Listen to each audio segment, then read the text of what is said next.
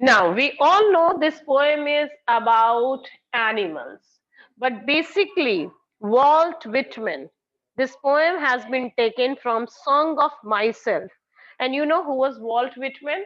We all know, great poet.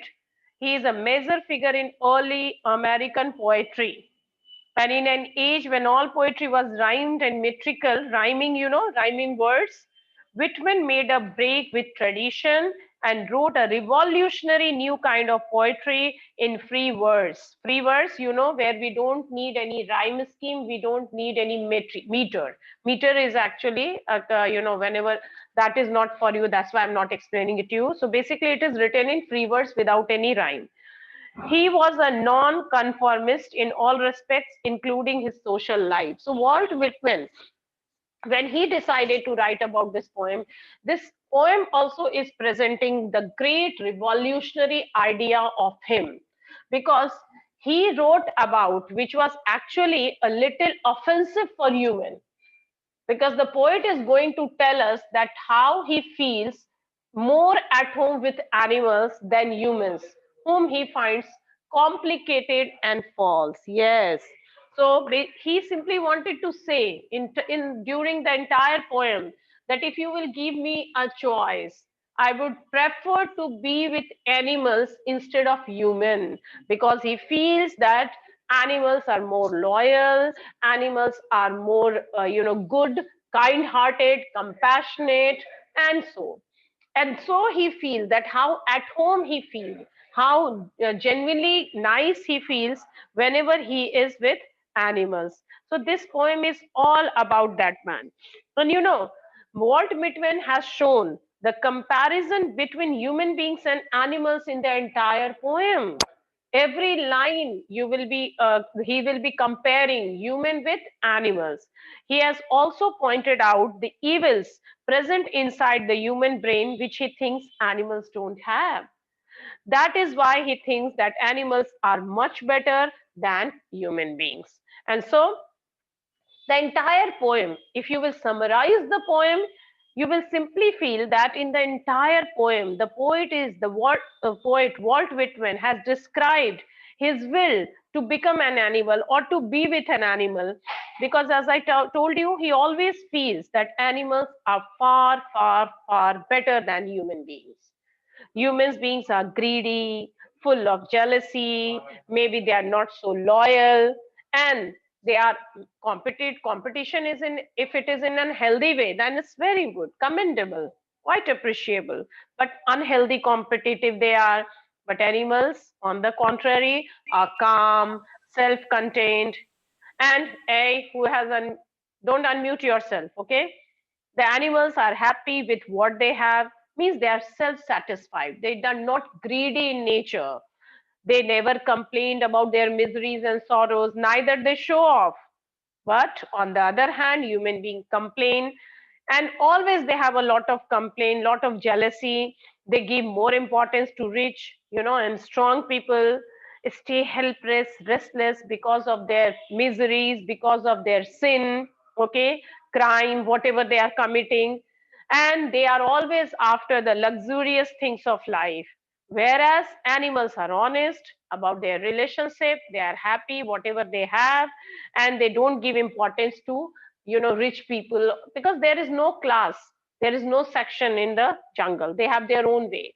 Oh, fittest for survival for the fittest, that is, they live a life which is full of honesty, less of greed and jealousy. So let's begin the poem. Now the poet himself is saying, I think I could turn and live with animals. They are so placid. Placid means calm and peaceful. Self contained. Self contained means self satisfied.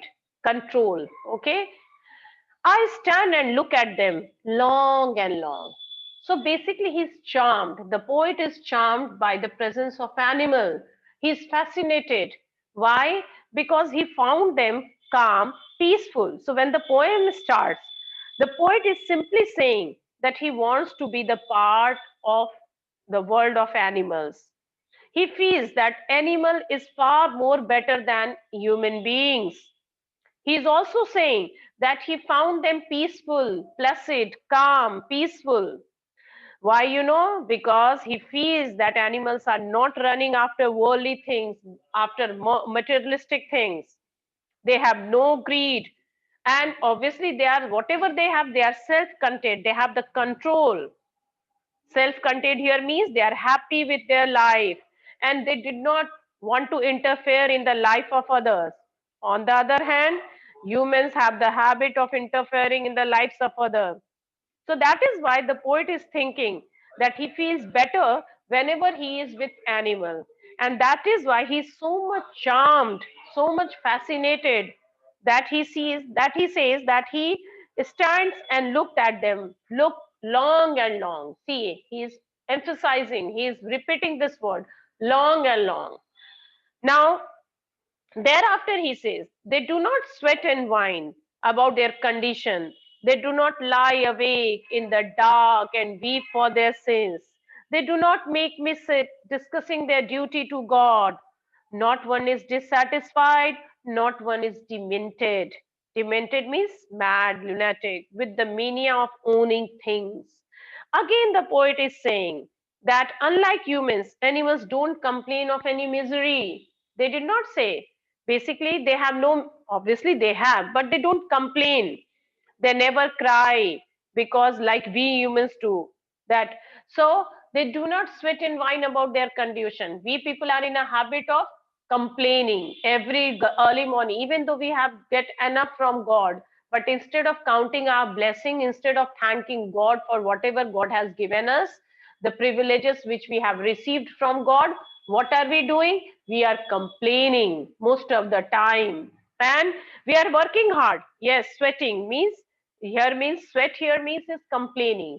We are working hard, but we are not satisfied because we still wants more and more in our life. And then we cry, whine, cry about our condition. We never thank God. Sometimes we thank, but again we have a lot of complaint because there is no limit for our greed. Then what do? We do not lie awake in the dark and weep for our sins, or for their sins. Basically, animal doesn't do that.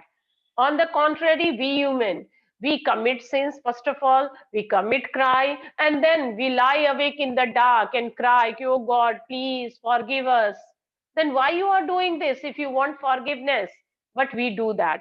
We keep on doing that, and then they do not make me sick. Who is saying so? The poet Walt Whitman, that they do not make me sick discussing their duty to God. Duty to God here means that whenever we are doing any charity, okay, any donation, what we are doing, we are showing it off to the world, to the country. Okay, you would have seen that whenever the great personalities are making any donation, they will try to get the media attention that yes, so and so has donated this much amount to them.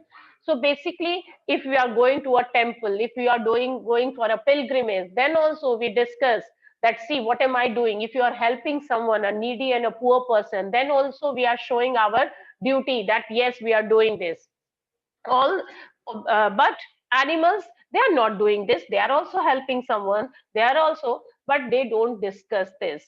Not one is dissatisfied, so that is why they have a very peaceful, calm, composed, contented life. Not even, have you ever met an animal who is saying, oh, I'm not happy because I did not get this much bank balance, I was not able to buy a bungalow for myself? No. So they are not dissatisfied. And not one is demented with the mania of owning things. Demented here means mad. As we people, what we want more and more in our life. If we have one play, maybe if we have a limited money, we will want more. So we are having this mania of owning things. Okay, we want to collect more and more money. We want to have one bungalow, then another. We want to have more vehicles. So basically, we are having that. Or but animals, they are not in a habit of doing this.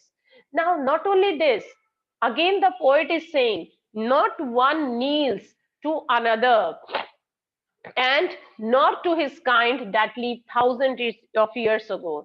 So he again is commenting about this, that animals, they are not. Here the poet is simply trying to say that he had never seen any animal showing his devotion. Devotion doesn't mean the real one, to anyone by bowing down in front of the person. What was happening? in human, that if a person is holding a great post, maybe a political figure nowadays, maybe a great personality. Great here means I'm not talking about the spiritual guru. If they are genuinely a nice guru, it is good to bow before them. But if I have seen that poor people are bowing before the rich people, I don't know why. So basically, but animals, they are not doing so. Maybe I told you that they have their own rules in jungle, that is survival for the fittest, but they are not showing any kind of devotion, not because of greed. But we humans, what we are doing, we are doing this, we are showing our greed. Because if you have any political personality, if a man is rich, you want to bow before him, you kneel before him, okay, you don't even care for your own self respect. We people, humans, are doing that. But then he says, and not only this, not to his kind that lived thousands of years ago. That means their ancestors also never did that. Even their ancestors, they did not show any devotion to their, the whoever is the powerful in the jungle. So neither they are doing this, nor their ancestor did that. On the contrary, we human being kept on doing this.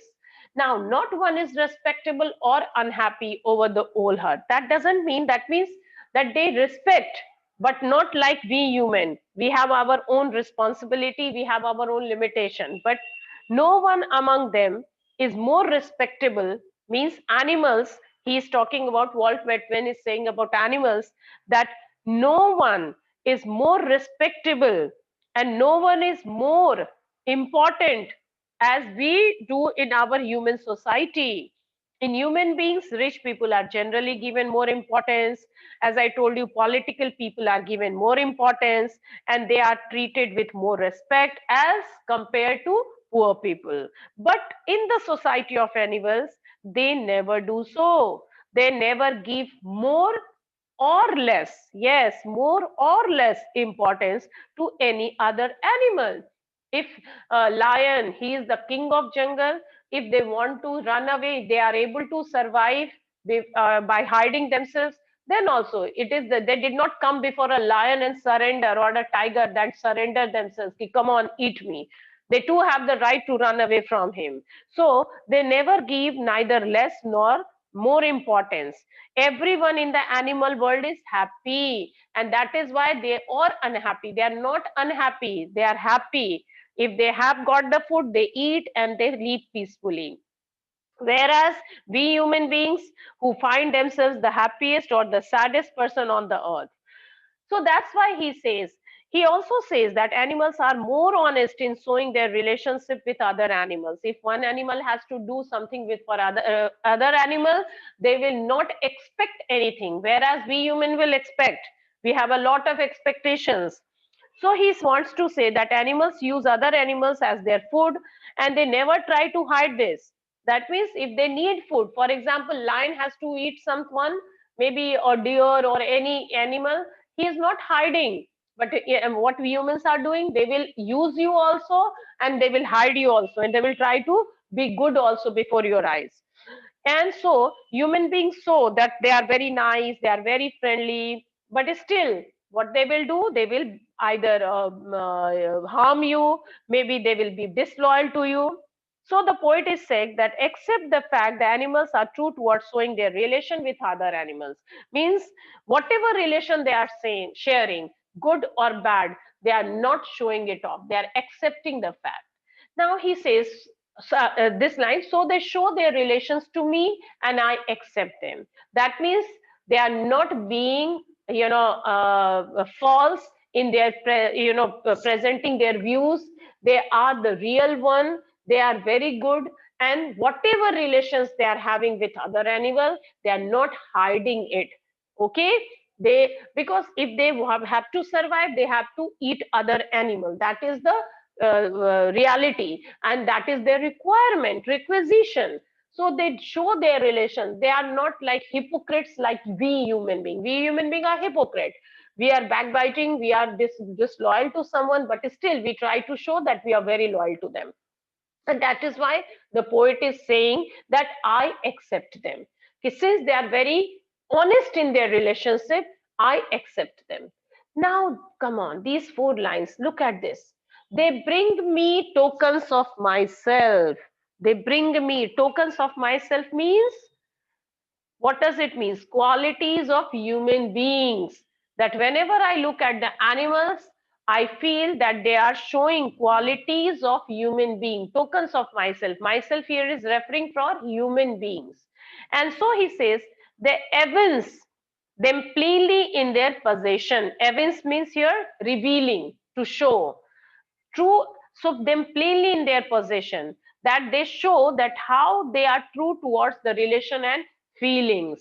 That means that I really wonder, I really get surprised when I see that they are showing the qualities of human beings.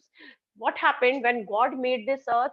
He made animals a little bit selfish, okay, and they made human being generous and compassionate.